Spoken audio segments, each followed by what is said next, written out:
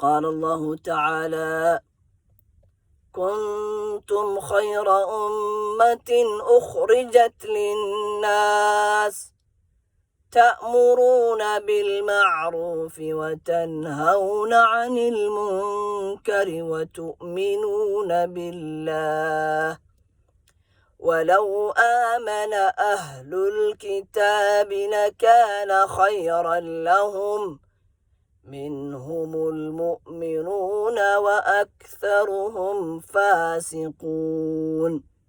وقال تعالى: ومن أحسن قولا ممن دعا إلى الله وعمل صالحا وقال إنني من المسلمين. وقال النبي صلى الله عليه وسلم: بلغوا عني ولو آية.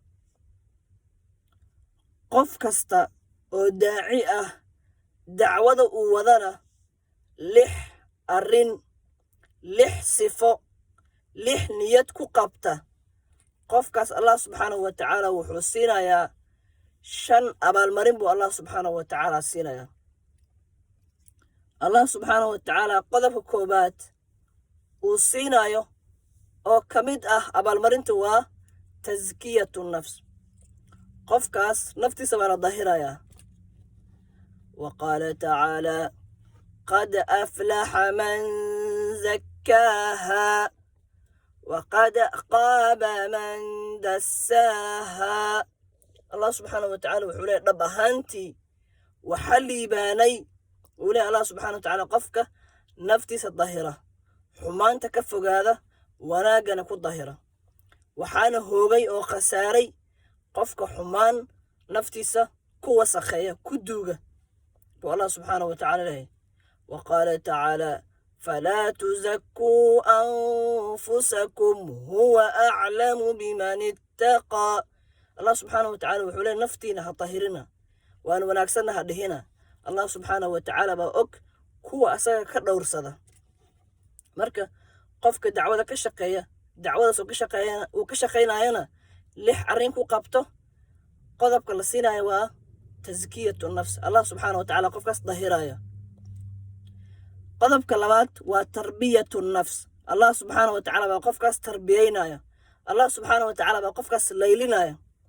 قال تعالى: فقولا له قولا لينا لعله يتذكر أو يخشى. الله سبحانه وتعالى مركو دراي نبي الله موسى عليه السلام يا هارون وحكوية لما فرعون وتكتان وحد كلها قولا هذا الكلها لينا جلعسن كلها هذا القلفسنها كلها سببته لعله وحمدن يهي يتذكر إنه ونقاته أو أما يخشى أما الله سبحانه وتعالى وكعب صدر. أما المرين تصدحات يقفك الداعي للصينة يوا عز بلا عشيرة. الله سبحانه وتعالى قفك وشرفا يا ميل سربو قارسينا يا أساقونا ما أركتي عز ياسي شرفتا سانكو حرينين قرابو دعوذو كشقينا يا dad aan walaalihiis ahayn ay isku hooyo isku aabe ahayn oo qaraabadiis ahayn baa jeclaana qofkaas. abaalmarinta afraad waa ghinan